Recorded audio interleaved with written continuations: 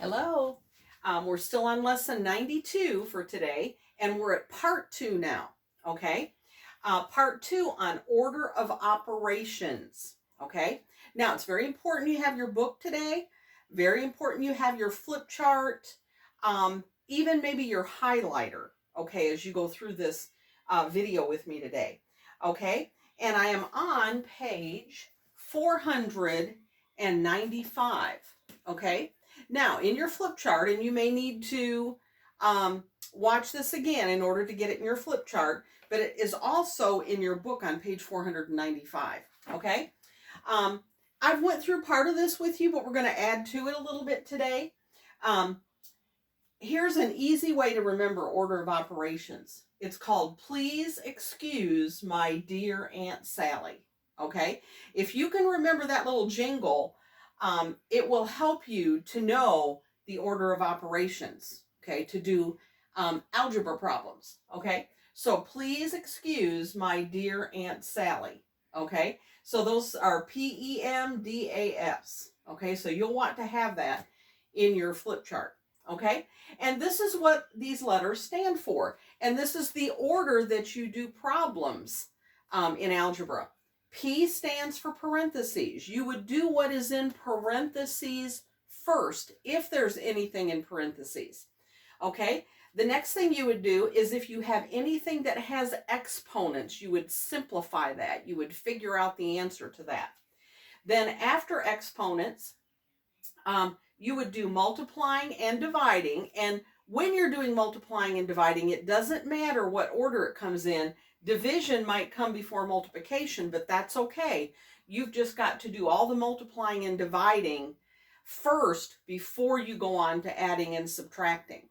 Okay? And when you get to adding and subtracting, again, it doesn't matter which comes first, add or subtract.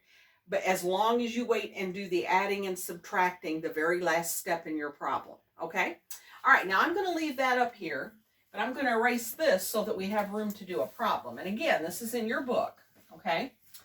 All right, I'm going to put a problem up here on the board, and we're going to work through it with our order of operations. Okay? We're going to do what they call simplify. That means simplify. Let's get an answer. Okay? So here I've got 5 minus, and in parentheses, I have 8 plus 8. Okay, and then I have divided by the square root of 16 plus 3 squared times 2. Okay, let me just put a line there so we don't get confused here. Okay? You're like, whoa, Miss Thompson, that's the biggest problem we've ever done like this. Yes, it is. Okay? This is just helping prepare you a little bit for next year. Okay? But I think these are fun problems. Okay? The first thing we want to do is see if we have anything in parentheses that we can simplify. And you see that we do. 8 plus 8. So now, this next step is so important. We've got to rewrite the whole problem, but we've got to simplify what's in our parentheses. So we still have 5 minus, and 8 plus 8 is 16. Okay. And then we simplified what was in parentheses, so we'll just copy the rest of it again.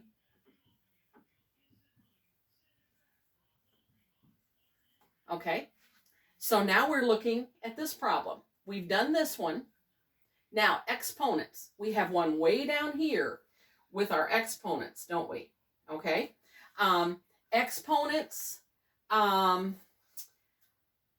Also, let's see. Exponents would be powers.